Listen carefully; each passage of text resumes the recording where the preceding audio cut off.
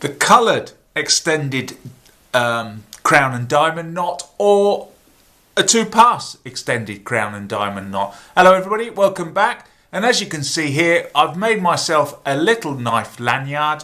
I've got the lanyard on the left hand side that can be attached to a knife, and then just at this point here I've got myself a nice little extended crown and diamond knot, and I've doubled it. That's what I've basically done. I've doubled it with 2 different colours, and to be honest, it's come out rather nicely. So that's what we're going to do today, and now I'm going to show you on a chunky piece of rope. Oh, and also the other thing is, if you want to know how much cordage this particular knot uses, at the end of the video I will put a brief description of how much cordage was required for this. So anyway, without further ado, let's get on and let's get knotting.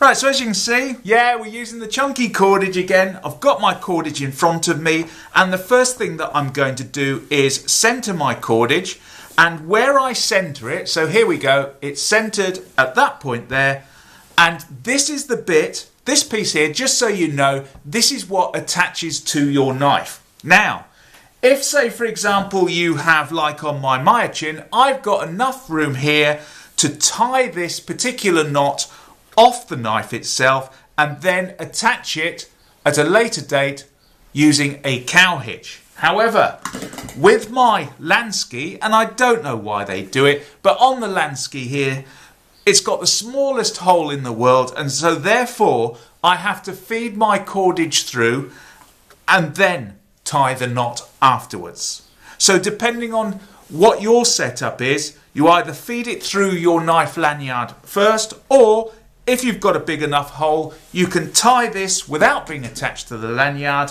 and you can then secure it using a cow hitch at a later date. Now that I've centered my cordage, what I'm going to do is lay it in front of me so that there is my point that attaches to the knife, and then I'm just going to pull a little bit down, and then I'm going to just separate the cords out so they're not tangled at the top, because they are at this particular point. And then the next thing I'm going to do is I'm just going to tie myself a simple overhand knot into the top piece at about this point here. So what I do is I get hold of the right hand side and I pass it over the left hand side, pass it completely over the left hand side, and then just bring it up underneath, through again, and then bring through all the excess. And you can see here now, when I've done that, I have tied myself a very simple overhand knot at that point there. Right, so now that I've done that, the next thing I do is, let's just lay those out so you can see them properly. I take the left hand side, that side, and I bring it round and pass it over everything like that. Okay, I then take the right hand side, and slightly trickier to do, I pass it underneath everything, but I'm running parallel with this one here. So pass it underneath everything, run it parallel, and you will see then when we've done that, pull that together a little bit, and I've now got myself 2 nice little wings on either side here. Now that I've done that, I then take the right hand side and I bring it around, pass it over everything like so, and then bring it up through that loop on the right hand side and allow it to just curl around at the bottom there. We're happy for that to curl around, and then the next thing I do is I get my right hand lead, my right hand working end, I pass it underneath everything, but the last thing I do is I'm going to bring it up through that hole at that point there, and then just pull it up tight, and you can see now we're getting a little bit of a sort of coil appear at this point here.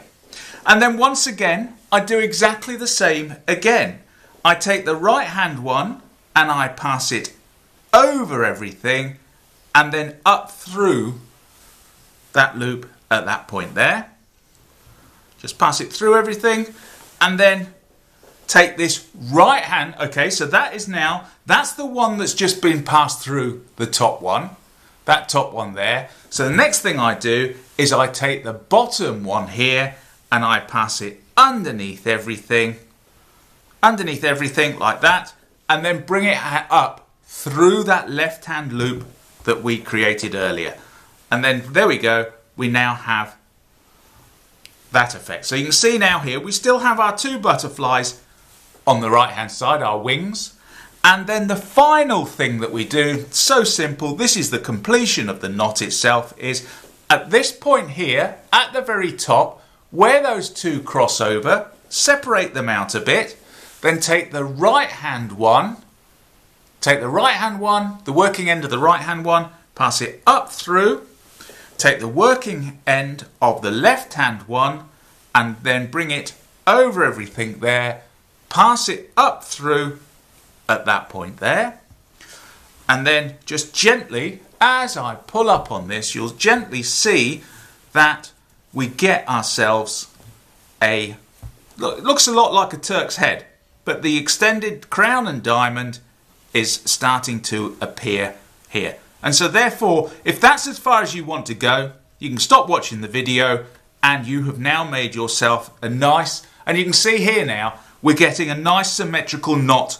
appearing at this point here. So the next thing that I want to do, because we're going to double this, I'm going to double this with a different colour. So that's what I'm going to show you next. I'll just go and get my red rope and then I'll come back to you in a second. Right, so as you can see, it's still loose. If I move, you can see I can move this round a knot. I haven't gone it. If you're only doing a single pass, you can now go ahead and pull this all up nice and tight. But what I want to do is I now want to double it, and because I want to double it with another colour, this is what I'm going to do now. Right, so first of all, at the top end here where my loop is, I'm going to pick one of the cords, and what I'm going to do is I'm going to follow this lead here, and I can see it goes underneath everything and comes out just there. That's the lead where I want to follow. So I need to get my working end of my red one and follow everything down to this point here. And I want to take through half of it because we're going to come back in a second for the other bit. Right, now that I've taken through half, the next thing I can see is I can see that this one is curling round here. So let's get that out the way. So it's coming around here and then going underneath this one. And so that's what I want to do now with my red one. I want to follow that one round, just follow it round and then bring it out at that point there. And then you can see here when I've done it, you can see now where it's now following the yellow one round. And so as I roll that around, you can see now that this one is going here and it wants to come out at that point there. So just follow that one there. So it's going around there. I'm going to take it through that gap there. So it's running parallel. And that's all I'm doing. So I'm going to do that all the way round until my red one comes out at the bottom alongside these two here. Don't forget, that ends the loop. This ends my free ends. Okay? So I'm going to carry on round with my red one until I end up coming down the bottom with my first strand that I've put in. So as you can see, done the final one. I've now got two yellows, one red coming out the bottom, and there is my loop at the top. Right, the next thing that I want to do is I want to get hold of my other red one, and now what I'm looking to do is follow the second lead down. And this is my second lead down. And no, it's not. This is my second lead down. And as you can see, so there's my second lead down. And as I jiggle it, it's got nothing running parallel to it at this point here. So what I want to do is I want to now get hold of my working end of the red one and follow that yellow one down. And this is the hardest bit because you're going through almost all of the knot at the very beginning. So you can see now here, it's coming alongside that piece of yellow there. That yellow is then going underneath the yellow at that point there, and so that's what we want to do.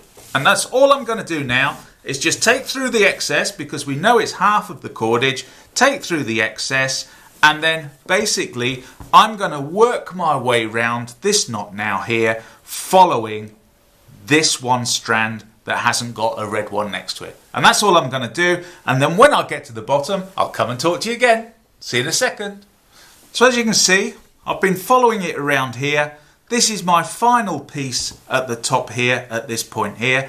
And if I follow that round, I'm following it round, and eventually at this point here, it dives down into the center of the knot and comes out at the bottom here. And so if I pull that up now, nice and tight, you can now see that what we've created here is a nice, rather chunky, doubled or two-coloured extended crown and diamond knot. So there's the piece that you would attach to your lanyard. So in other words, if that's the hole of my knife, I just basically put that through the hole of my knife, then take my knot, my big knot through at that point there with my cow hitch, and there we go.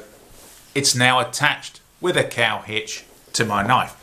So that is how to tie the extended crown and diamond. Now you can, if you want to, tighten up on this knot nice and tight so it all fits in nice and neatly and snugly together. And you can see here on this paracord, it's come out rather nice and it all slots into place nice and neatly.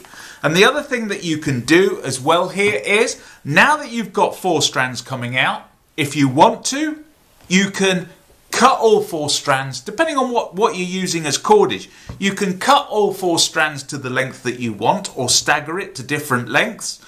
If you're using, say for example, a natural 3-ply cordage, what you can do is cut them to the length you want and then comb them out so that you end up with a nice tassel effect at the end there. You could, if you wanted to, go on and tie yourself a nice single lanyard knot. I think if you did a double lanyard knot at this point here, it may be just a tad too bulky, but you know, something to experiment with. But what I was trying to show you today was how to tie a doubled or a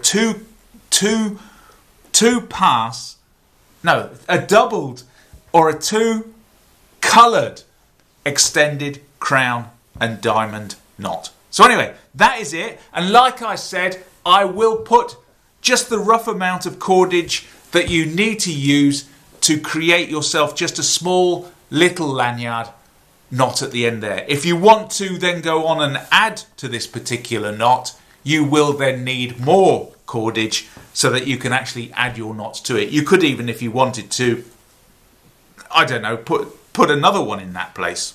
Who knows? Your choice. Just experiment with it and see what you come up with. So anyway, once again, thanks very much for watching. If you enjoyed it, if you hated it, but please do leave me a comment if you hate it so I can do something about it.